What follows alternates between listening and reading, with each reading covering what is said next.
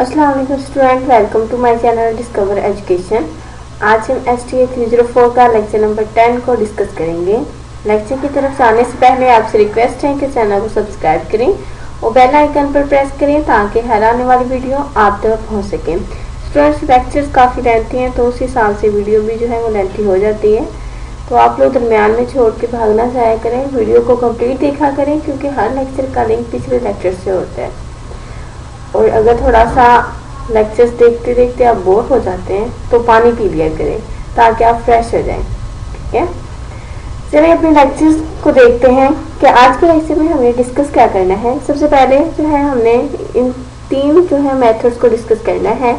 Analysis of ratio to moving average method, analysis of ratio two trend method, analysis of link relative method. Students, हमने एक method जो है वो last lecture number 9 के second part में discuss किया था। अब ये जो 3 मेथड्स हैं वो जो है मिलते जुलते ही हैं। ठीक है, तो आपने जो है इसको अच्छे से देखना है और अच्छे से समझना है, साथ साथ प्रैक्टिस भी करनी है। सबसे पहले हम देख लेते हैं ratio to moving average method हमारे पास क्या है। ये मेथड ज़्यादातर जो है वो सीजनल इंडेक्स नंबर्स को कंप्यूट करने के लिए इस्तेमाल किया जाता है। ठीक है, इसमें फर्स्ट स्टेप में क्या होता है कि आपने एलिमिनेट करना होता है ट्रेंड कंपोनेंट को। ठीक है, to this and divide the original observation for each month और quarter by the corresponding 12th month और क्वार्टर। लास्ट जो हमने एग्जांपल की थी लेक्चर नंबर 9 के सेकंड पार्ट में, उसमें हमारे पास डेटा जो गिवन था वो ईयर्स में दिया गया था, यानी 12th मंथ या क्वार्टर्स में दिया गया होगा। तो इसमें हम एग्जांपल्स करेंगे तब आपको पता चल जाएगा। Centre moving average and express the result as percentage. ठीक है, परसेंटेज को एक्सप्रेस करने के लिए सिंपली आप 100 से मल्टीप्लाई कर देंगे। ठीक है, डिवाइड करने के बाद नेक्स्ट स्टेप में आपने क्या करना है, it is worthwhile to note that each monthly और quarterly value is assumed to consist of the product of the effects of. आपको सबसे पहले तो ये पता होना चाहिए कि TCS और I कंपोनेंट्स है क्या क्या। ठीक है, T रिप्रेजेंट स्टूडेंट्स करते हैं ट्रेंड को, ठीक है, C साइक्लिक, S सीजनल और I जो है वो इरेगुलर कंपोनेंट्स को रिप्रेजेंट करते हैं। And each moving average is a measure. ठीक है, इन 4 कंपोनेंट्स जो है वो मेन है आपके सब्जेक्ट के, जो इन लेक्चर्स में जो कि बार बार इन्हीं से रिलेटेड जो है इन्हीं के गिर्द सारा लेक्चर घूम रहा है। ठीक है, तो आपको जब तक ये नहीं पता चलेगा कि TCSI किसको रिप्रेजेंट करते हैं तब तक जो है आगे पढ़ने का फायदा नहीं। Each moving average is a measure of the combined effect of a trend and cyclic component। ठीक है, ट्रेंड T और साइक्लिक C कंपोनेंट। ठीक है, हर मूविंग एवरेज को मेजर करने के लिए इन दोनों की जरूरत पड़ती है। नेक्स्ट आप ये देख लीजिएगा क्या लिखा हुआ है। मैं जस्ट आपको जो है वो डायरेक्ट फार्मूला बता देती हूँ। ओरिजिनल डाटा को आपने डिवाइड करना है मूविंग एवरेज के साथ, मल्टीप्लाई आपने 100 के साथ करना है। ठीक है, अब देखिए जो टोटल ट्रेंड, साइक्लिक, ठीक है, सीजनल और इरेगुलर कंपोनेंट को जब आप डिवाइड करेंगे ट्रेंड कंपोनेंट के साथ, मल्टीप्लाई 100 के साथ करेंगे तो आपके पास जो है वो SI रह जाएगा, जो कि सीजनल रिलेटिव्स में यानी सीजनल आपके पास इरेगुलर रह जाएगा क्योंकि TC से कैंसिल, फिर पीछे SI रह गया। Dividing the original data by the corresponding moving average and then multiplying by 100, an estimate of the effects of seasonal and irregular component combined is obtained। तो ये जो है वो MCQs के हवाले से बहुत ज़्यादा इंपॉर्टेंट है, क्विज में बहुत ज़्यादा आता है। अगर ये पूछ लिया जाए कि SI जो ट्रेंड कंपोनेंट है वो हम कैसे निकाल सकते हैं, तो आगे फार्मूलाज होंगे, तो आपने याद रखना है कि ये फार्मूला है, जब ये अप्लाई करेंगे तब हमारे पास सीजनल इरेगुलर हम जो है ट्रेंड कंपोनेंट निकाल सकते हैं क्योंकि TC से कैंसिल हो जाएगा। इसे सीजनल रिलेटिव्स भी कहते हैं। नेक्स्ट स्टेप में क्या करना है कि आपने इरेगुलर कंपोनेंट्स को उसको में रिमूव कर देना है, यानी खत्म कर देना है। ठीक है, नेक्स्ट जो है मीन और मीडियन फाइंड आउट करना है। इन सारे जो आपके पास गिवन डाटा होंगे, मंथ्स का होगा, क्वार्टरली होगा, ठीक है, मंथली होगा, ईयरली होगा, इन सबको आपने मद्देनजर रखते हुए इनका मीन और मीडियन फाइंड आउट करना है। नेक्स्ट है if mean is to be used compute a modified mean by discarded the unusually large और small seasonal relatives under each month और क्वार्टर। ठीक है, ये आप खुद पढ़ लीजिएगा, मैं आपको डायरेक्ट एग्जांपल करवा देती हूँ जो कि समझाने वाला था, मैंने आपको समझा दिया है। स्टूडेंट, ये एग्जांपल आपके लिए थोड़ी सी मुश्किल होने वाली है। अगर आप इस एग्जाम्पल को समझ लेंगे तो समझ लें आपको पूरा जो है ये लेक्चर समझ आ जाएगी इजीली, ठीक है। तो इसलिए थोड़ा आप फ्रेश अपने आप को कर लें, क्योंकि ये एग्जाम्पल थोड़ी सी आपके लिए टफ है और आपने इसमें घबराना नहीं है ठीक है। चलो देखते हैं example. Compute the seasonal indices for the 4 quarters by the method of ratio to moving averages. Sorry थोड़ा गला खराब है, लेकिन आपको समझ आ जाएगी इसकी, आई होप। हमारे पास इसमें ईयर्स दिए गए हैं 1949 से 1951 तक है, और ये डाटा जो गिवन है वो क्वार्टर्स में है, ठीक है। आप देख सकते हैं फर्स्ट, सेकंड, थर्ड, फोर्थ हमें क्वार्टर्स गिवन है और डाटा दिया गया है। अब ये जो है वो डाटा बताने की जरूरत नहीं है, क्योंकि आपके सामने लिखा हुआ है। तो हम डायरेक्ट इसके सोल्यूशन की तरफ चलते हैं। हमारे पास ईयर्स दिए गए हैं, ठीक है, 1949 से 1951 तक है। आप देख सकते हैं आपके पास y की वैल्यूज दी गई हैं 105, 77, 68 और 95। ये वैल्यूज जो है ये वाली लिखी गई है। जिस तरह 1949 है इसका ये सारी वैल्यू लिखी गई है इस तरह, ठीक है। इस तरह 1950 की इस तरह वैल्यू 107, 83, 74, 106। जिस तरह हम देख लेते हैं ये 1949 का डाटा है सारा, ठीक है।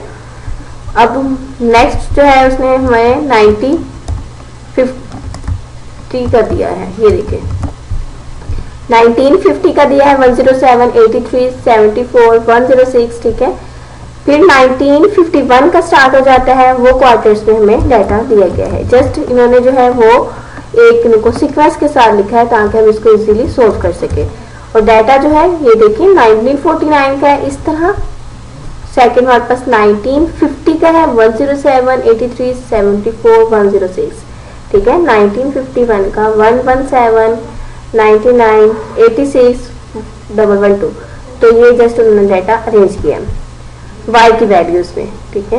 अब हमने क्या करना है, इनका 4 quarter moving totals find out करना है। तो ये फाइंड आउट करने के लिए हम क्या करते हैं, आपको पता चल गया होगा जहां भी टोटल की बात आए तो समझ लें हमने उनको सम अप करना है, ठीक है। अब सम इसमें करना कैसे है वो देखते हैं। ये आप देख सकते हैं कि ये डाटा राइट किया गया है। इसमें ये साइड में मैंने ईयर्स राइट कर दी है ताकि आप लोग कंफ्यूज ना हो। 1949 के जो ईयर्स के क्वार्टर्स हैं वो ये 4 है। 1950 के जो है वो नेक्स्ट 4 आ जाएंगे। इसी तरह 1951 ईयर्स के जो है वो नेक्स्ट 4 है, ठीक है। ये सारा डाटा जो है वो राइट किया गया है। तो अब जो है हमने क्या करना है, फाइंड आउट करना है सबसे पहले 4 क्वार्टर मूविंग एवरेज टोटल, ठीक है। तो टोटल जैसे वर्ड आया तो आपके माइंड में आया होगा कि इनको हमने सम अप करना है। तो बिल्कुल आपने सही सोचा है, इनको हमने सम ही करना है, ठीक है, ऐड करना है। लेकिन ये जो है सम करने का इसमें मेथड थोड़ा और है। तो इसको जो बेसिक चीज़ है वो तो आपने समझनी है। सबसे पहले हमने 1949 के जो क्वार्टर मूविंग टोटल है वो फाइंड आउट करना है। वो फाइंड आउट करने के लिए फर्स्ट 4 वैल्यूज को हमने सम करना है। 105 प्लस 77 प्लस 68 प्लस 95 आप ये करेंगे तो आपके पास 345 आ जाएगा, ठीक है। इसी तरह आपने नेक्स्ट स्टेप में ये करना है। देखें फर्स्ट 4 को आपने कर दिया। अब आप ये सोच रहे होंगे कि हमने 1950 को इसी तरह इसके 4 वैल्यूज को हमने क्वार्टर्स को उठाना है प्लस करके इसके सामने लिख देना है। ऐसा बिल्कुल नहीं है। इसमें जस्ट आपने फर्स्ट 4 को कर लिया। सेकंड आपने स्टेप में करना है, यहाँ से आपने प्लस करना स्टार्ट करना है और ये 4 वैल्यूज आप देख सकते हैं 1, 2, 3, 4। तो ये हमारे पास 4 वैल्यूज आ गई है।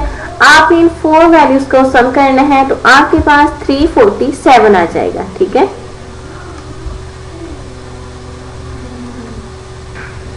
अब फिर आपने नेक्स्ट क्या करना है कि आपने जिस तरह यहाँ पे फर्स्ट वैल्यू का आपने स्किप कर दिया था, सेकंड से लिया था, इसी तरह आपने थर्ड स्टेप में सेकंड वैल्यू को स्किप कर देना है, थर्ड से लेना है। देखिए थर्ड से हम लेंगे तो हमारे पास ये 4 वैल्यूज यहाँ तक बनती हैं 83 तक, ऐसा ही है।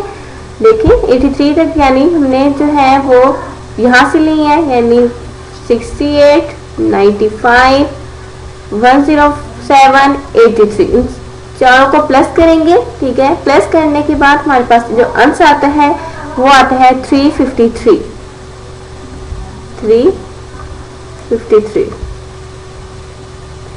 अब फोर्थ स्टेप हमारे पास आएगा। फोर्थ स्टेप में आपने क्या करना है कि जो फर्स्ट 3 वैल्यूज है इनको आपने स्किप कर देना है, ठीक है। फर्स्ट 3 वैल्यूज को आप स्किप करेंगे, यानी 105, 77, 68 इनको आप स्किप कर देंगे। अब आपने 95 से लेना है, 95 से लेके 74 तक आपने इनको ऐड करना है, यानी ये हमारे पास 4 वैल्यूज हो जाएंगी। आपने इनको सम कर देना है। मैं इनको रेस साथ साथ करती हूँ ताकि आप लोग कंफ्यूज ना हो, ज़्यादा जो है वो थोड़ी वीकनेस भी रहे। 95 प्लस 107 प्लस 83 प्लस 74, तो हमारे पास जो है ये करने से आंसर आ जाएगा 359, ठीक है, 359।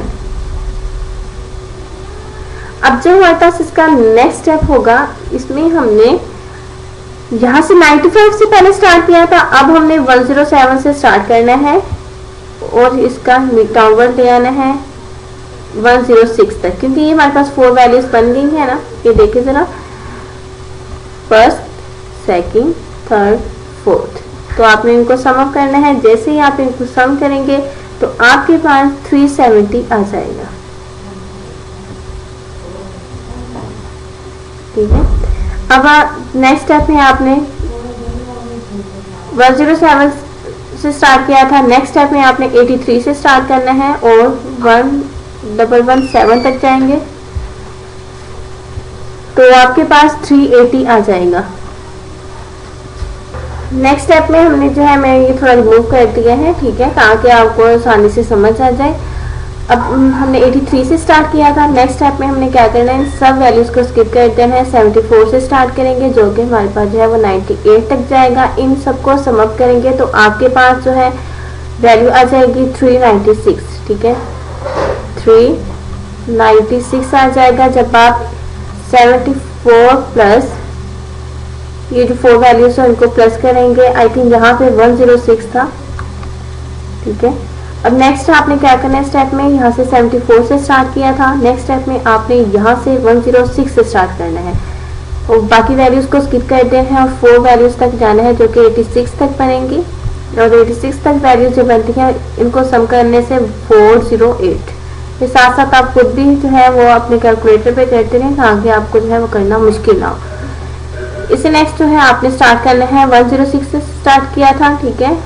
नेक्स्ट 117 से करेंगे स्टार्ट तो हमारे पास ये 4 वैल्यूज बन जाएंगी। 117 से 112 तक जब हम करते हैं तो आप देख सकते हैं फर्स्ट ये वैल्यू है, सेकंड, थर्ड और फोर्थ, इनको 4 वैल्यूज को किया तो हमारे पास 414 आ जाएगा। अब साथ भी प्रैक्टिस करें, मैं बार बार ये बात कहती हूँ क्योंकि ये जो है प्रैक्टिस करने से आपको समझ आएंगी, अदरवाइज ये आपके बहुत ज़्यादा टफ होंगे।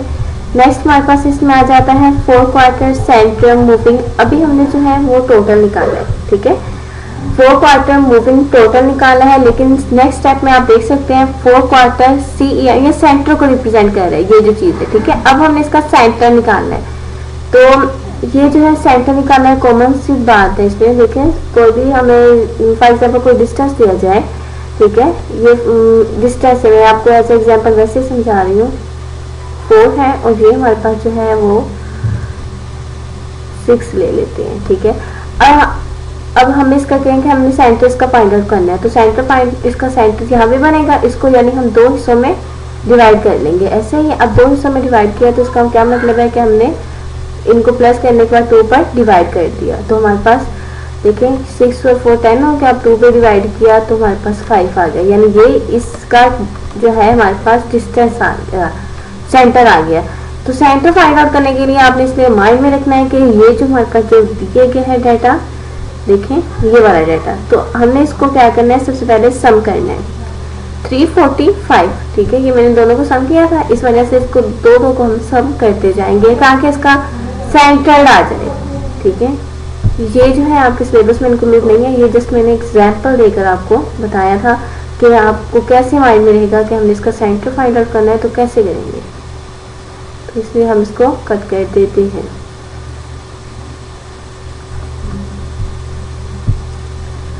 अब देखिए 345 को 347 में हम सम करेंगे तो हमारे पास जो है वो आंसर आ जाएगा 692, क्योंकि हम इसका सेंटर फाइंड आउट कर रहे हैं, ठीक है।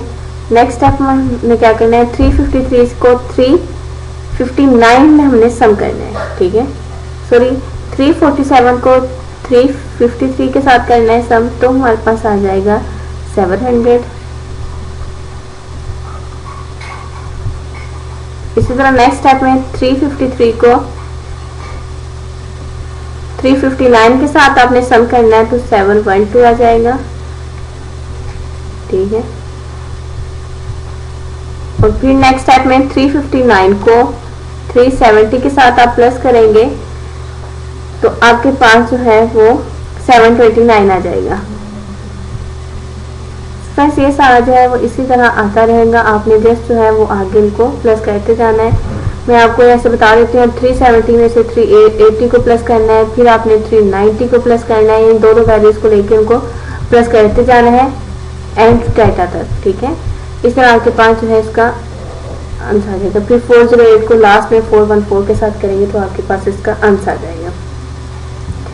लेक्चर काफी लेंथी हो रहा है, प्रोसीजर जो है वो सेम ही है, जस्ट आपको थोड़ी सी समझ आए। नेक्स्ट हमारे पास आ जाता है 4 क्वार्टर सेंटर मूविंग एवरेज, ठीक है। अब हमने जो है वो centred moving average find out करना है। यहाँ पे हम उसका 4 quarter centre moving total find out कर रहे थे। यहाँ पे एवरेज है और यहाँ पे टोटल है। एवरेज फाइंड आउट करने के लिए आपने सिंपली क्या करना है, जो आपके पास यहाँ पे वैल्यूज आई हैं इनको 8 पे डिवाइड कर देना है। जैसे हमारे पास 692 आया है, ठीक है, आप क्या करेंगे 692 को 8 पर डिवाइड करेंगे, 692 को डिवाइड कर देंगे 8 पर। अब जैसे हम 8 पर इस पे डिवाइड करेंगे तो आपके पास जो है वो 86.5 आ जाएगा। ये आप जो है वो मूविंग इसका centred moving average find out कर रहे हैं। यहाँ पे हमने सेंटर्ड टोटल फाइंड आउट किया था। इस तरह 700 आपके पास दिया गया है, 700 को आप 8 पे डिवाइड करेंगे तो 187.5 आ जाएगा, ठीक है। यहाँ पे मैं राइट कर देती हूँ, 700 को आपने डिवाइड करना है 8 के साथ, तो आपके पास यहाँ पे आएगा 87.5।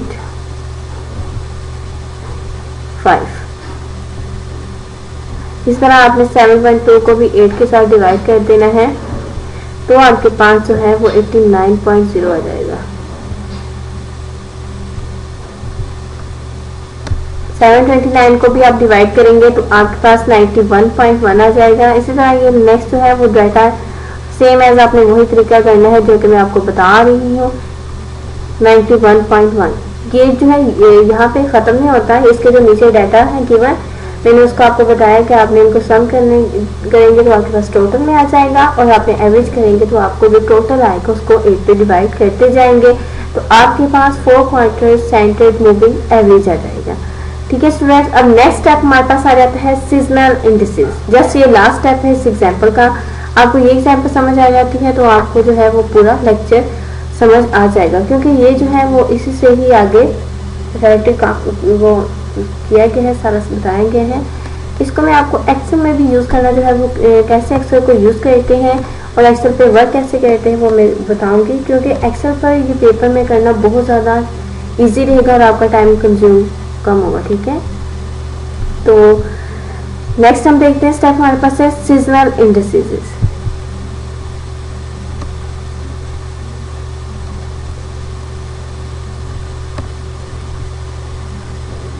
ठीक है, ये आप समझ लीजिए सीजनल है और ये हमारे पास इंडिसेस।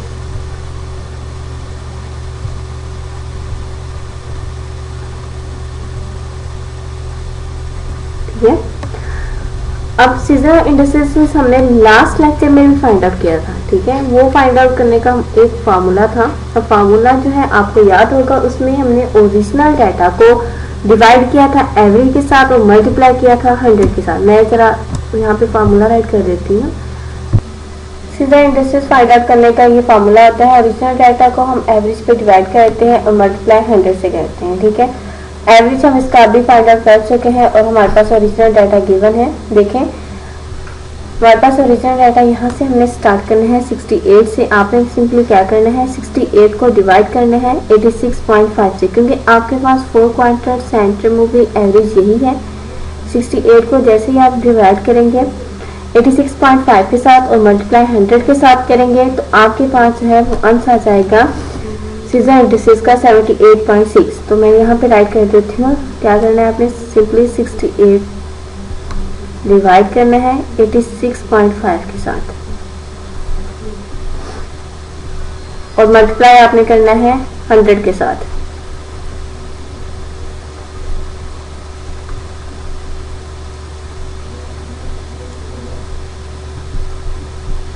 ये जो है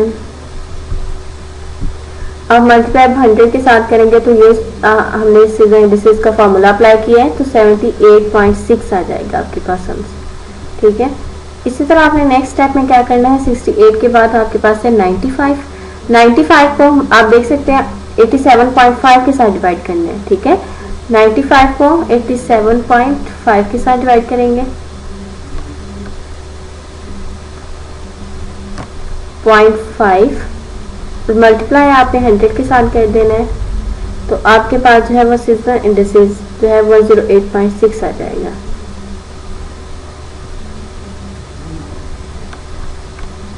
ठीक है, इसी तरह नेक्स्ट स्टेप में आपने 107 को डिवाइड करना है 89.0 के साथ, मल्टीप्लाई 100 के साथ करेंगे तो आपके पास इसका नेक्स्ट आंसर आ जाएगा जो कि 120.2 है। सेम है, सारा प्रोसीजर जो है वो ऐसा ही होगा। आपने इस फॉर्मूला के अकॉर्डिंगली जो है वो सीजनल इंडिसेस फाइंड आउट करने हैं। आई होप आपको इस एग्जाम्पल की समझ आ गई होगी, लेकिन फिर भी कोई कंफ्यूजन हो तो आप कमेंट बॉक्स में लाजमी पूछ सकते हैं, तो इंशाल्लाह आपको पूरी रिप्लाई मिलेगा। चलते हैं अपने ज़रा हैंड आउट्स की तरफ। उसमें हमारे पास जो है एग्जाम्पल दी गई थी वो भी हम थोड़ा सा उसको मैं आपको बता दूं कि वो किस हिसाब से। यहाँ पे देखिए ज़रा, ये 4 क्वार्टर मूविंग टोटल्स हमने पहले फाइंड आउट करने के लिए कहा था। ठीक है, यहाँ पे मैं आपको बता देती हूँ कि हमने कैसे कैसे कौन सा स्टेप किया है। 4 quarter moving total find out करने के लिए आपने 4 जो वैल्यूज हैं उनको सम करते जाना है जिस तरह, ठीक है, मैंने बताया था। फिर 4 क्वार्टर सेंटेड को आपने फाइंड आउट करना है, यानी दो वैल्यूज को आपने सम करना है। 345 को 347 के साथ, 347 को 353 के साथ, तो आपके पास ये वैल्यूज आती जाएंगी। थर्ड स्टेप में आपने क्या करना था, 4 quarter scented moving averages find out करना था। Scented moving averages find out करने के लिए क्योंकि एवरेजेस हैं तो आपने इसमें 8 के साथ डिवाइड करना था। ये जो वैल्यूज हैं इनको 8 के साथ डिवाइड करते जाएं तो आपके पास ये वैल्यूज आती जाएंगी। सीजनल रिलेटिव्स में आपने सिंपली जो है फार्मूला अप्लाई करना था, वो मैंने आपको अभी बताया है। आई होप आपको इसकी एग्जाम्पल की समझ आई होगी। ये देखिए सीजनल इंडिसेस फाइंड आउट किया गया है ये। ठीक है, उन्होंने जस्ट आपको सेपरेट टेबल बना के दिया है। नेक्स्ट मीन है, मीन फाइंड आउट करने का मैं आपको फार्मूला जो है पहले भी 2 से 3 बार बता चुकी हूँ कि समेशन x ओवर n होता है। समेशन x जो रिप्रेजेंट करता है कि वैल्यूज हमारे पास जो है उनको सम करना है, और n जो होता है वो नंबर ऑफ वैल्यूज होती हैं। जो वैल्यूज गिवन इन सबको सम करने के बाद आपने 4 पे डिवाइड करते जाना है तो आपके पास ये मीन आ जाएगा।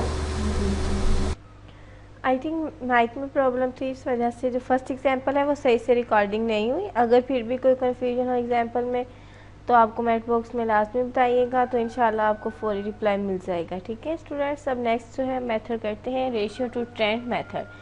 स्टूडेंट्स इसमें जो है ये बहुत ज़्यादा इजी मेथड है, जो आपने पहले लास्ट लेक्चर नंबर 9 में जो चीज़ सीख ली हैं वही इस पर अप्लाई होनी है। ठीक है, रेशियो टू ट्रेंड मेथड में आपके पास जो है वो फिटिंग का लीस्ट स्क्वायर ट्रेंड लाइन की इक्वेशन यूज़ होनी है। ठीक है, जो कि हमने लास्ट लेक्चर में की थी a + bx। मैं आपको रिवीजन उसकी करवा दूंगी। ठीक है, इसको हमने यूज़ करते हुए फाइंड आउट करना है to the observe time series data के लिए। The rest of the computational procedure, ठीक है, इसमें ratio to moving average method as the seizure index computed by it includes the cyclic and irregular variations. C और I याद रखना है कि साइक्लिक और इर्रेगुलर वेरिएशंस इसमें इंक्लूड होती हैं। चलते हैं ज़रा इसकी एग्जांपल की तरफ। Compute the seasonal indices for the 4 quarters by the ratio two trend method of the following data. ठीक है, ये हमारे पास जो गिवन डाटा है, सबसे पहले हम अकॉर्डिंग टू इक्वेशंस इनको सॉल्व करेंगे। उसके बाद जो है आपने इसके सीजनल इंडिसेस फाइंड आउट करने हैं। ये मैंने लास्ट एग्जांपल में अभी आपको बहुत अच्छे से समझाए हैं, तो आई होप आपको फार्मूला की समझ आ गई होगी और ये फाइंड आउट करना भी आ गया होगा। चलो देखते हैं ज़रा ये एग्जांपल्स। इसमें हमारे पास डाटा दिया गया है ईयर्स में और क्वार्टर्स में। ईयर्स जो है वो 1961 से लेके 1964 तक हमारे पास ईयर्स हैं। क्वार्टर्स में ये गिवन डाटा है।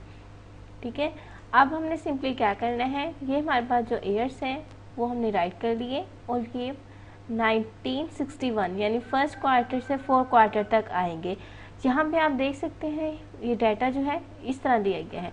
122 1961 के ये आ रहे हैं, 125 118 117 ऐसा ही है, ये इस तरह शो हो रहे हैं। लेकिन उसमें जब आप राइट करेंगे वो इस तरह आ रहे हैं, क्योंकि ये हमारे पास जो है वो क्वार्टर्स ऐसे हो गए हैं। पहले क्वार्टर जो है वो ऊपर मेंशन थे, अब वर्टिकल है ये शो हो रहे हैं, 122 125 118 117। तो ये आपने कंफ्यूज नहीं होना कि डाटा जो है वो किस तरह राइट किया गया है, तो ये आपने देखना है।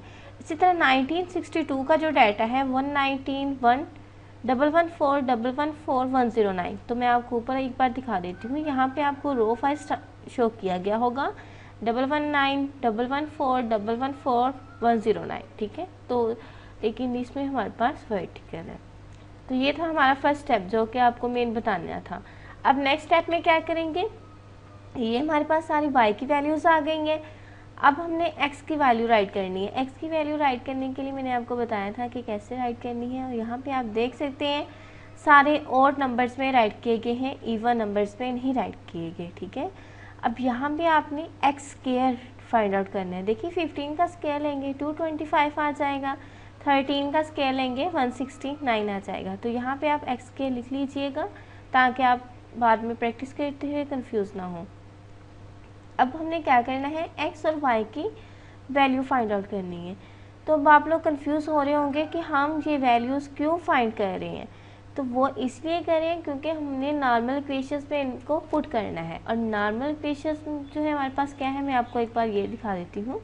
ये देखिए, the equation of the straight line की हमारे पास इक्वेशन होती है y t is equal to a plus b x, ठीक है। और नेक्स्ट जो है वो टू नॉर्मल इक्वेशंस हैं जो कि हमने लास्ट लेक्चर्स में भी डिस्कस किया था। a is equal to square root summation y over n, और इसी तरह b is equal to summation x y over summation x square. ये मैंने आपको स्टार्ट से बताया था कि हमने इनकी वैल्यूज फाइंड आउट करनी है अकॉर्डिंग टू इक्वेशन। इसमें आप देख सकते हैं हमें समीशन y की भी ज़रूरत पड़नी है, और समीशन एक्स वाई की भी, और समीशन एक्स स्क्वायर की भी। इसीलिए हम एक्स वाई और एक्स स्क्वायर इन सब की वैल्यूज़ निकाल रहे हैं, क्योंकि हमने इन इक्वेशंस में पुट करने हैं।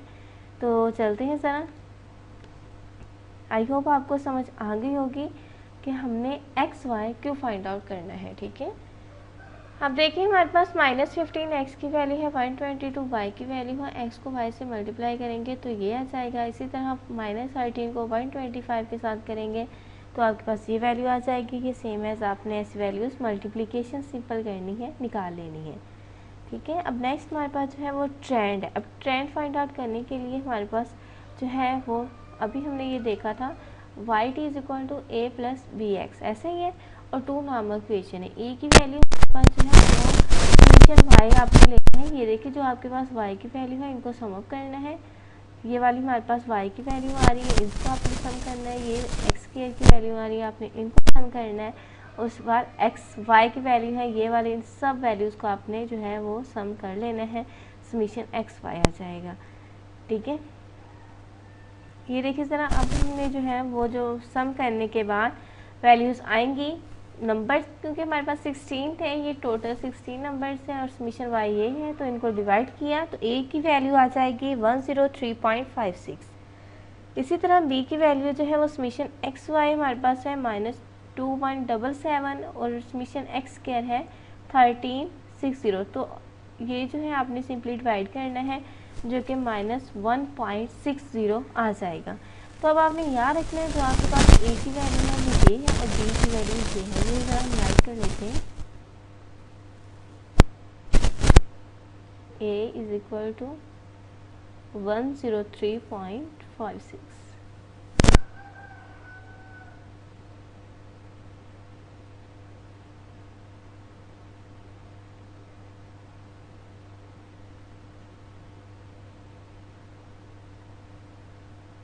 b की वैल्यू हमारे पास है -1.60, ठीक है। अब हम ज़रा ट्रेंड लाइन इक्वेशन भी राइट कर लेते हैं, ताकि मैं आपको एक बार फिर रिपीट करवा देती हूँ कि ट्रेंड लाइन हम कैसे फाइंड आउट करते हैं। ये मैंने आपको लास्ट लेक्चर में बताया भी था, y t is equal to a plus b x, ये इसका फार्मूला होता है। ठीक है,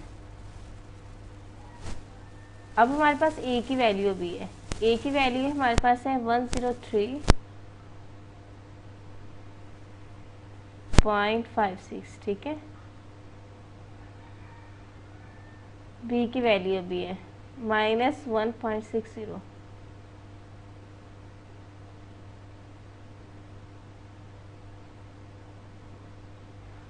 अब स्टूडेंट्स x की वैल्यू, अब x की वैल्यू जो है हमने कहाँ से राइट करनी है, ये आपने जो है वो गौर से देखना है। यहाँ पे ये देखिए ज़रा, ये जो हमने और नंबर्स में राइट किए हैं ये वाली वैल्यूज़। ठीक है, अभी हम फर्स्ट का फाइंड आउट कर रहे हैं। ठीक है, तो हम x इसकी -15 रखेंगे। इसी तरह सेकंड का फाइंड आउट करेंगे तो a b की वैल्यू वही आएंगी, जस्ट x की वैल्यू चेंज हो जाएगी -13। थर्ड स्टेप में आपने इसका कर देना है -11 पुट कर देना है x की जगह पे, फिर आपने -9 पुट कर देना है x की जगह पे। बाकी a और b की वैल्यू सेम होंगी, तो सारा आपने सेम ऐसे ही करना है। अब हम -15 को पुट करेंगे,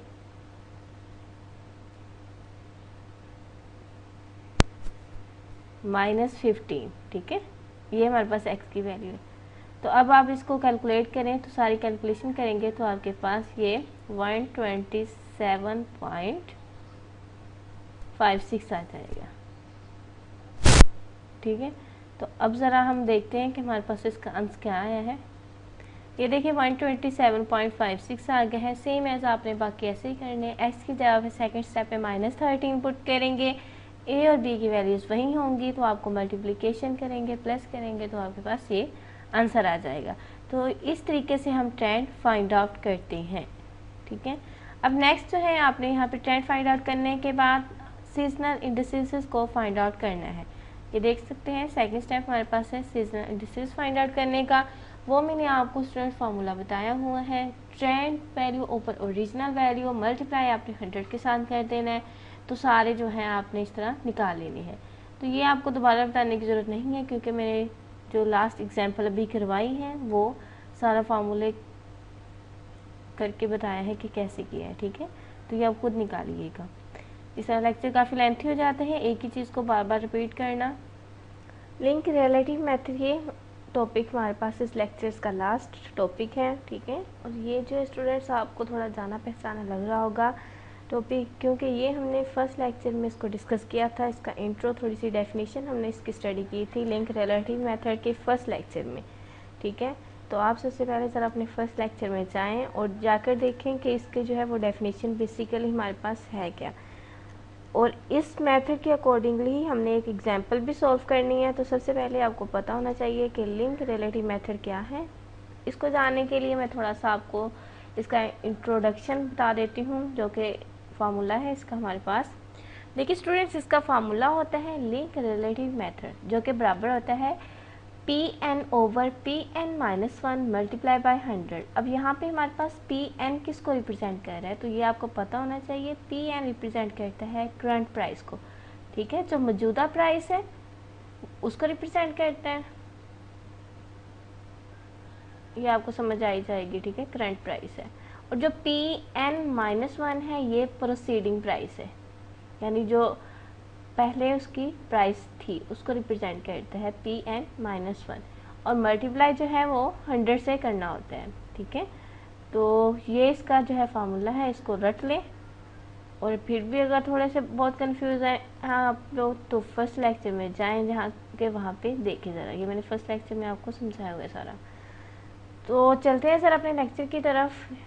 ये देखिए लिंक रिलेटिव मेथड है, इसमें आपको फर्स्ट स्टेप यही बताया गया है कि आपने जो है वो लिंक रिलेटिव में जो डाटा जो है वो मंथली या क्वार्टरली वैल्यू में आपको दिया जाएगा एज अ परसेंटेज, यानी मल्टीप्लाई 100 से करना होगा ऑफ द प्रोसीडिंग मंथली और क्वार्टरली वैल्यू। ठीक है, तो स्टूडेंट्स अगर आप लोग लेक्चर से बोर हो रहे हो तो थोड़ा सा आप फ्रेश हो जाएं लेक्चर को स्टॉप करके, लेकिन लेक्चर कंप्लीट वॉच करना है, छोड़ना नहीं है। दरमियान में छोड़ के आप लोग भाग जाते हैं, तो ये काम ना किया करें, कंप्लीट वॉच किया करें।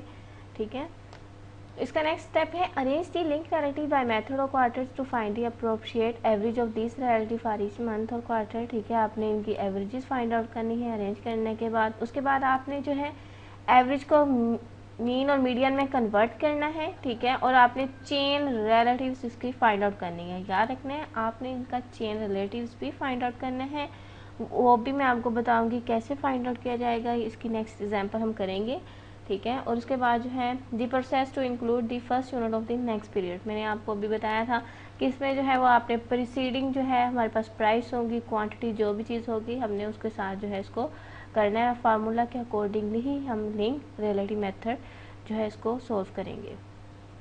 नेक्स्ट है ये हमारे पास स्टेप है, इसमें जो है ये सारा पढ़ने की ज़रूरत नहीं है क्योंकि हम एग्जाम्पल करेंगे तब आपको इसकी समझ आ जाएगी।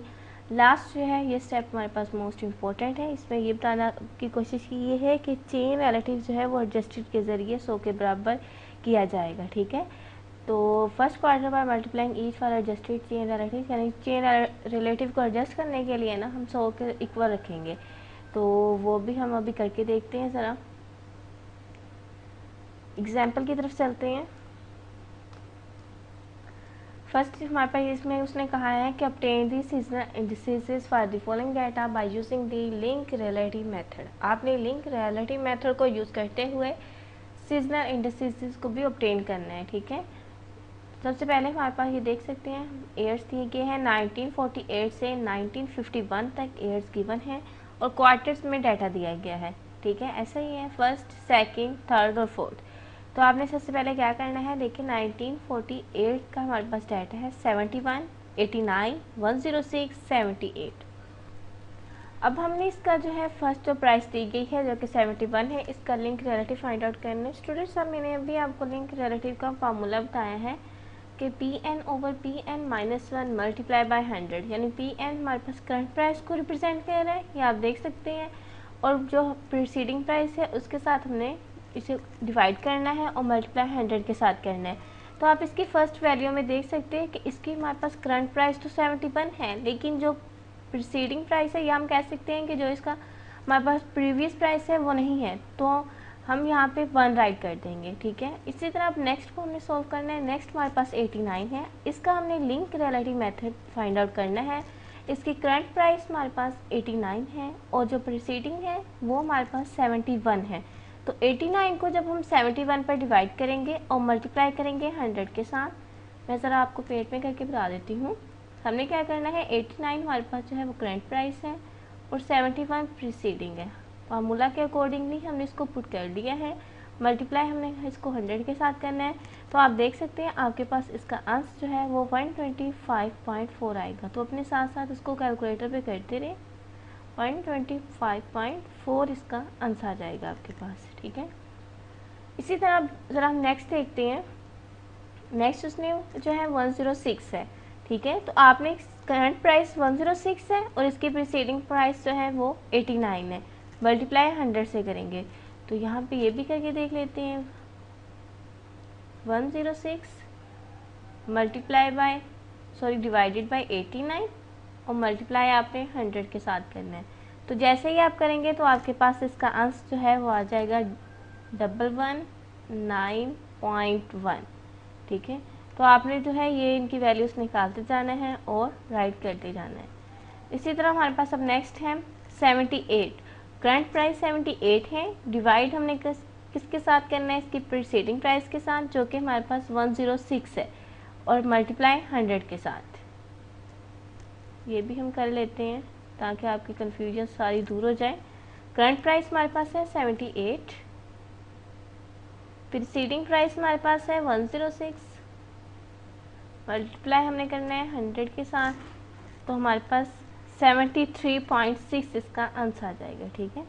73.6 इसका आंसर है।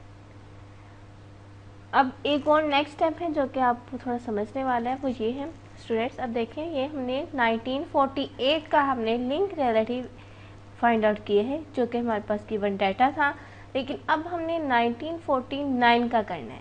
जब हम 1949 का करेंगे तो यहाँ पे आप सोच रहे होंगे कि इसकी जो है प्रीसीडिंग प्राइस हमारे पास नहीं दी गई, तो यहाँ पे जो है 1 आ जाएगा या कुछ इस तरह। ऐसा नहीं होगा, यहाँ पे हमारे पास प्रीसीडिंग हमारे पास डाटा है वो है 78, यानी प्रीसीडिंग वैल्यू यहाँ पे 78 है और करंट वैल्यू 71 है। तो तो हम सिंपली क्या करेंगे, 71 को 78 पर डिवाइड करेंगे और मल्टीप्लाई करेंगे 100 के साथ। ठीक है, तो ये भी मैं यहाँ पे राइट कर देती हूँ। आपने सिंपली क्या करना है, 71 है हमारे पास करंट प्राइस और 78 है हमारे पास प्रीसीडिंग प्राइस, मल्टीप्लाई आपने करना है इसको 100 के साथ। तो जैसे ही आप करेंगे तो आपके पास जो वैल्यू आएगी वो 91.0 आ जाएगी। ठीक है, तो इस तरह आपने जो है ये डाटा निकालना है। इसी तरह आपने इसका निकालना है, ये आपके करंट होगी आपके पास प्राइस, ये आपकी जो होगी प्रीसीडिंग होगी वैल्यू, तो आपने इसको डिवाइड करना है, मल्टीप्लाई 100 के साथ करना है। सेम एज जो 1950 में भी ऐसे ही होगा जैसे हमने 1949 में की है। 1950 में आपके पास करंट प्राइस 73 आ जाएगी, लेकिन जो प्रीसीडिंग प्राइस कह रहे या प्रीसीडिंग वैल्यू कह ले वो 79 आ जाएगा। ठीक है स्टूडेंट्स, तो ये सारा जो है आपने इस तरह डाटा को सॉल्व करना है। नेक्स्ट तरह हमारे पास देखते हैं, ये देखिए उन्होंने इस तरह डाटा को सॉल्व किया है। उसके बाद आपने जो है मीडियन फाइंड आउट करना है। मैंने आपको अभी बताया था लिंक रिलेटिव मेथड में जब हमने स्टडी किया है कि हमने मीन या मीडियन भी फाइंड आउट करना है। तो मीन और मीडियन फाइंड आउट करने का जो हमारे पास जो है वो मैंने आपको ये पहले लेक्चर में बताया है, बहुत ईजी मेथड है मीडियन फाइंड आउट करने का। सबसे पहले जो डाटा गिवन होगा आपने उसे अरेंज करना है। ठीक है, अगर तुम्हारे पास डाटा ऑड नंबर में होगा तो आपने उसकी सेंटर वाली वैल्यू राइट कर देनी है। तो ज़रा हम थोड़ी सिंपल सी वैल्यूज़ लेके मैं आपको एक बार रिपीट करवा देती हूँ। जैसे कि हमारे पास फॉर एग्जांपल डाटा गिवन है 4, 2, 6। तो सबसे पहले आपने जो है मीडियन फाइंड आउट करने के लिए इनको डाटा को जो है वो अरेंज करना है। ठीक है, किस तरह करेंगे, असेंडिंग ऑर्डर में या डिसेंडिंग ऑर्डर में। तो मेरे डाटा को अरेंज कर लिए हैं। अब आपने जो इसका मिडल वैल्यू होगी उसको मीडियन कंसीडर करना है, क्योंकि ये ओड नंबर में डाटा है ना, यानी 1, 2, 3 हमारे पास ओड होता है, तो हमारे पास सेंटर वाली वैल्यू जो है वो हम कहेंगे कि हमारे पास मीडियन है। ठीक है, ये 4 इसका जो है वो मीडियन होगा। अब ये बात हमारे पास थी ओड की। अब अगर इवन में दिया जाए, यानी यही जो है हम इसी डाटा को ले लेते हैं 4, 2, 6 और इसके साथ हम 1 लगा देते हैं। ठीक है, अब देखिए हम पहले इसको अरेंज करेंगे 1, 2, 4, 6। तो अब अरेंज किया, देखिए अब हमारे पास जो है हम इसमें मीडियन हमारे पास कौन सी वैल्यू हो सकती है। तो आपने इवन नंबर में ये करना है कि सेंटर वाली दो वैल्यूज़ को आपने प्लस कर लेना है। ठीक है, सेंटर वाली हमारे पास दो वैल्यूज़ हैं 2 और 4, ऐसे ही है। तो 2 + 4 को प्लस करेंगे और डिवाइड कर देंगे 2 के साथ। 2 + 4 6, डिवाइड किया 2 के साथ तो हमारे पास इसका 3 मीडियन आ जाएगा। तो इवन नंबर का मीडियन हम इस तरह फाइंड आउट करते हैं और ऑड नंबर का मीडियन हम इस तरह फाइंड करते हैं। तो ये सिंपल सा तरीका था। ज़रा हम देखते हैं जो हमारे पास गिवन डाटा है इसका मीडियन कैसे फाइंड आउट किया गया है। देखिए आप देख सकते हैं ये हमारे पास जो डाटा है ये ओड नंबर में है, ऐसे ही 1, 2, 3 ओड है, तो इसका जो सेंटर है वो हमारे पास मीडियन होगा 92.4। इसी तरह आप सेकंड में देखिए 1, 2, 3, 4। अब इसमें तो हमारे पास डाटा जो है वो दिया गया है इवन नंबर में, तो सबसे पहले हमने अरेंज करना है। 125.4 है, 126.8 है, 124.7 है और 127.6 है। तो हम इसको अरेंज कर लेते हैं ज़रा, जो हमारे पास डाटा है यहाँ पे राइट कर लेते हैं। ठीक है, सबसे पहले जो है हम असेंडिंग या डिसेंडिंग वो आपकी अपनी मर्ज़ी है कि आपने किस में अरेंज करना है। सबसे पहले 124.7, ठीक है, प्लस इनमें थोड़ी सी लाइन बाउंड्री बना देते हैं ताकि आपको जो है मिक्सअप ना सारा हो जाए, ऐसे।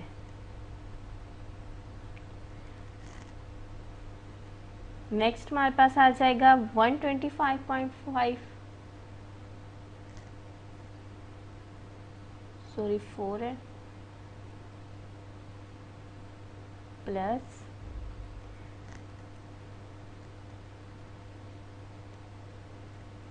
126.8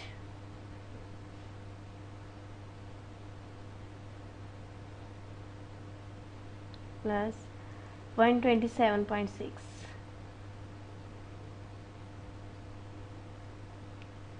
अब सिंपली आपने क्या करना है, आपके पास जो गिवन वैल्यूज़ हैं, ये 4 वैल्यूज़ हैं, आपने सेंटर वाली दोनों को, इन दोनों को ऐड करना है, यानी प्लस करने के बाद 2 पे डिवाइड कर देना है। जो आप प्लस करने के बाद जब आप 2 पर डिवाइड करेंगे तो आपके पास आंसर 126.1 आ जाएगा। ठीक है स्टूडेंट, तो इस तरह जो है हमने इसका मीडियन फाइंड आउट करना है। सेम एज इसका भी ये 4 वैल्यूज से आपने अरेंज करना है। अरेंज करने के बाद जो है मिडल 2 वैल्यूज़ को लेकर उनको जमा करके 2 पे डिवाइड कर देना है, और ये भी आपने इसी तरह मीडियन फाइंड आउट करना है। तो अब हमने लिंक रिलेटिव तो फाइंड आउट कर लिया है, लेकिन नेक्स्ट हमारे पास है चेन रिलेटिव्स। चेन रिलेटिव्स को फाइंड आउट करना भी इंतहाई इजी है, थोड़ा सा समझने की ज़रूरत है। तो हम चलते हैं, बहुत ज़्यादा इजी मेथड है ये भी, जल्दी जल्दी करके फिर हम इसको जो है लेक्चर को फाइंड आउट करते हैं। अच्छा जी, ये हमारे पास अब चेन रिलेटिव्स फाइंड आउट करना है। तो हमने जो है वो लास्ट स्टेप में पढ़ा था इसका, आपने चेन रिलेटिव को फाइंड आउट करने के लिए 100 के इक्वल एडजस्ट करना है।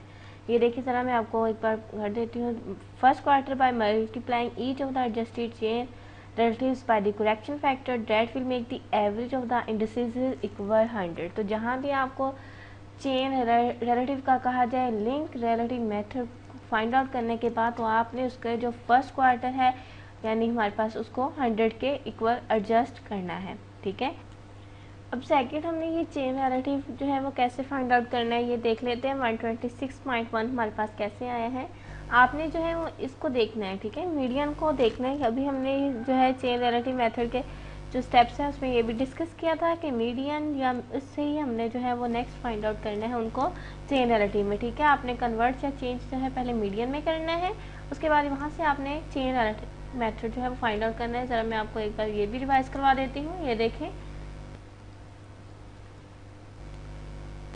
ये सारा जो है इसमें यही चीज़ बताई गई है। ठीक है, just chain relative of the trend component by subtracting. ठीक है, 1/12 हाफ एडजस्ट चेन का बताया गया है, वो भी हम करेंगे नेक्स्ट के एडजस्टेड चेन हमारे पास क्या होता है। और ये देखिए, कन्वर्ट दी एवरेज मीडियन में या मीन में, उसके बाद आपने वहाँ से चेन रिलेटिव जो है वो फाइंड आउट करना है। तो इसको अभी करके देखते हैं, ये भी बहुत ज़्यादा इजी मेथड है, बस जल्दी से हम इसको करते हैं। ये देखें, हमारे पास जो है यहाँ पे 126.1 है, ऐसा ही है। अब आप ये सोच रहे होंगे कि मीडियन से यही उठा के यहाँ पे राइट कर दिया, ऐसा बिल्कुल नहीं है। इसका जो है वो एक बाकायदा प्रोसीजर है, वो मैं आपको बता देती हूँ। देखें, हमारे पास 126.1 जो है वो करंट प्राइस है, ऐसा ही है, और इसकी जो प्रोसीडिंग है वो 100 है, यहाँ पे 100 आ रहा है। तो हमने लिंक रिलेटिव मेथड का जो फार्मूला पढ़ा था, देखिए ज़रा, अगर हम 126.1 ये करंट इसको वैल्यू लें और प्रीसीडिंग हमारे पास यहाँ पे 100 आ रहा है, और इसको हम मल्टीप्लाई, तो हमारे पास 100 से ही होता है। तो अब 100 कैंसिल, तो पीछे हमारे पास क्या बचा है, पीछे हमारे पास है 126.1 बचता है। ठीक है, तो ये हमारे पास इसलिए यहाँ पे वैल्यू आ गई है। अब नेक्स्ट जो है ये हमारे पास हम चेन रिलेटिव फाइंड आउट कर रहे हैं, ये भी आपने माइंड में रखना है। अब नेक्स्ट सेकंड में हम 152.6 कैसे आया, यहाँ पे हमारे पास क्या है 121.6। ठीक है, और इसकी ये हमारे पास करंट है, करंट इसका मीडियन है, करंट वैल्यू है, लेकिन इसकी प्रीसीडिंग वैल्यू है 126.1। तो हम क्या करेंगे, 121.6 मल्टीप्लाई बाय 126.1 डिवाइडेड बाय 100। तो आप 100 से डिवाइड करेंगे तो आपके पास इसका आंसर आ जाएगा 152.6। ठीक है, तो ये साथ साथ आप कैलकुलेशन करते जाएं। स्टूडेंट्स, इसको काफ़ी मेहनत लगती है और आपके सामने टाइम भी बहुत ज़्यादा इसको लगता है सॉल्व करने में। तो आप प्लीज़ चैनल को सब्सक्राइब कर दिया करें, वीडियो को लाइक लाजमी किया करें और वीडियो को कंप्लीट वॉच किया करें। ठीक है, अब नेक्स्ट जो है हमारे पास 111.6 किस तरह आया, यहाँ पे हमारे पास प्रीसीडिंग जो प्राइस है वो है 121.6 है, और यहाँ पे 152.6 है, तो आपने 121.0 है सॉरी, और ये 152.6 है। तो ये जो पॉइंट के बाद वैल्यू है, आई थिंक हमने उसमें थोड़ी मिस्टेक किया, तो आप जो है वो वैल्यू को सही राइट करके कैलकुलेट कीजिएगा। तो आपने इसको जो है 152.6 के साथ मल्टीप्लाई करना है, डिवाइड कर देना है 100 के साथ, तो आपके पास ये आ जाएगा। इसी तरह जो है 73.1 रह गया, इसको आपने 111 0.6 के साथ मल्टीप्लाई करना है और डिवाइड करना है 100 के साथ, तो ये वाली वैल्यू भी आ जाएगी। अब ज़रा हम नेक्स्ट देखते हैं, इसमें उसने हमारे पास क्या बताया है। देखिए ज़रा, the change relative for the first quarter works out to be 103.1। ठीक है, ये हमारे पास फर्स्ट क्वार्टर की ये वैल्यू आई है। तो which as a matter of fact out to have been 100, this increase of 3.1 is due to the trend component. क्योंकि ये प्रोसीड कर रहा है, 3.1 जो है ये प्रोसीड कर रहा है। अब ये 3.1 हमारे पास कैसे आया है, तो इसमें आपने कंफ्यूज नहीं होना, बहुत ज़्यादा इजी है ये भी। देखें, हमारे पास फर्स्ट क्वार्टर ये आया है, लेकिन हमने चेन रिलेटिव में पढ़ा था कि एडजस्ट करने के लिए इसका जो फर्स्ट क्वार्टर है वो हमने 100 होना चाहिए। अगर ये 100 आता तो हमें जो है वो एडजस्टेड या कह सकते हैं कि चेन रिलेटिव फाइंड आउट करने की ज़रूरत ही नहीं थी। अब ये हमारे पास 1.3 प्रोसीड कर रहा है, तो 1.3 कैसे हमें पता चला है। देखिए 103.1 है हमारे पास, 103.1 फर्स्ट क्वार्टर की वैल्यू यही आई है। इसको हम अगर माइनस करें 100 के साथ, हमने तो पढ़ा था कि इसमें 100 के इक्वल आना चाहिए, लेकिन ये तो 103.1 आ गया। तो इसको हम माइनस करेंगे तो हमारे पास जो है आंसर आता है 1.3। ठीक है, तो इसका मतलब है कि ये 1.3 जो है वो प्रोसीड कर रहा है। ठीक है, तो हमने इस वजह से जो है वो इसकी एडजस्टेड चेन फाइंड आउट हमें इसकी करना पड़ेगी, क्योंकि ये 1.3 जो है वो एक्सीड कर रहा है। तो अब ज़रा देखते हैं हम, in adjusted for the trend before become necessary. तो स्टूडेंट्स इसमें वही बातें हैं जो मैंने आपको बता दी हैं, क्योंकि यह जो है वो इतना एक्सीड कह रहा था, इसलिए हम इसका एडजस्टेड चेन फाइंड आउट करेंगे। तो हम सिलसिला इंडस्ट्रीज में देख लेते हैं कि एडजस्टेड चेन को हम कैसे फाइंड आउट करते हैं। एडजस्टेड चेन रिलेटिव, तो सबसे पहले जो है फर्स्ट क्वार्टर में हम 100 ही लेना है, जैसे मैं हमने वो पिछले स्टेप में डिस्कस किया था। नेक्स्ट आता है हमारे पास 125.32। तो एडजस्टेड चेन फाइंड आउट करने का जो है वो सिंपल सा तरीका है। देखिए ज़रा, हमारे पास जो है 126.1 आया था ऊपर, देखिए ये देखिए चेन रिलेटिव जो है वो 126.1 था, ऐसा ही था। और हमने माइनस करना है 3.1 के साथ और डिवाइड कर देना है 4 के साथ। ठीक है, तो इसको 126.1 को क्या करेंगे,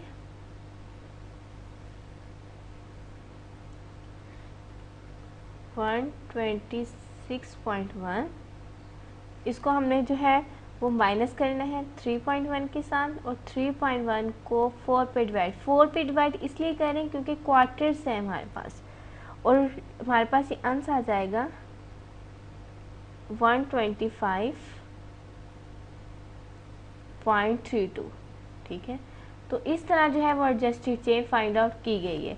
तो आई होप अब आप लोग कर लेंगे कि एडजस्टेड चेन कैसे फाइंड आउट करते हैं। अब नेक्स्ट स्टेप में जो है 152.6 है, सॉरी ये हमारे पास था चेन रिलेटिव। तो आपने क्या करना है, 152.6 में से माइनस कर देना है 3.4 और डिवाइड कर देना है 4 के साथ। ठीक है, तो क्योंकि ये हमारे पास सेकंड है, तो इसलिए आपने यहाँ पे 2 के साथ मल्टीप्लाई करना है। समझ आ रही है, ये हमारे पास सेकंड क्वार्टर में देखिए, यहाँ पे हम सेकंड क्वार्टर में हमने इसकी वैल्यू फाइंड आउट कर रहे हैं ना। तो 151.05 हमारे पास इस तरह आया है। चेन रिलेटिव हमारे पास है 152.6।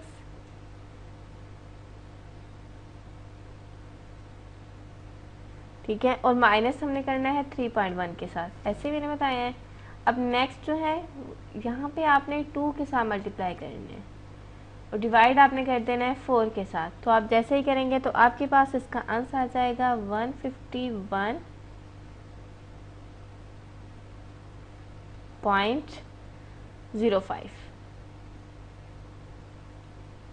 लेकिन आपने एक और बात माइंड में रखनी है, यहाँ पे अगर हम अब थर्ड स्टेप करेंगे तो आपने जो है वो उसमें यहाँ पे 2 की जगह आपने 3 लगा देना है। ठीक है, इसी तरह फोर्थ स्टेप करेंगे तो आपने 3 की जगह 4 लगा देना है, और यहाँ पे वैल्यूज़ भी चेंज हो जाएंगी। ठीक है, फॉर एग्जांपल हम थर्ड स्टेप कर रहे हैं तो आप लोगों ने यहाँ पे जो है वो 3 लगा देना है इसी तरह, और यहाँ पे हमारे पास वैल्यूज़ की चेंज हो जाएंगी। थर्ड स्टेप में देख लेते हैं चेन रिलेटिव, क्योंकि हमने चेन रिलेटिव की वैल्यू ही राइट करनी है ना। ये वाली देखिए, ये वाला 111.6 आ जाएगा। ठीक है, तो यहाँ पे इसकी जगह आ जाएगा 111.6। इसको ज़रा हम रेस करके यहाँ पे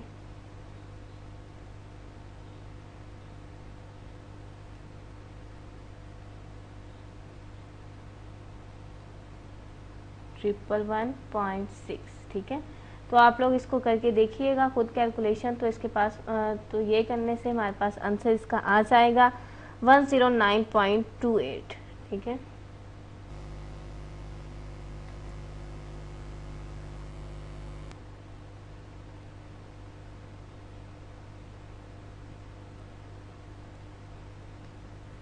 तो इसी तरह आपने जो है वो नेक्स्ट भी फाइंड आउट इसी तरह करना है, एडजस्टेड चेन, ठीक है। उसके बाद आपने इसको टोटल कर लेना है।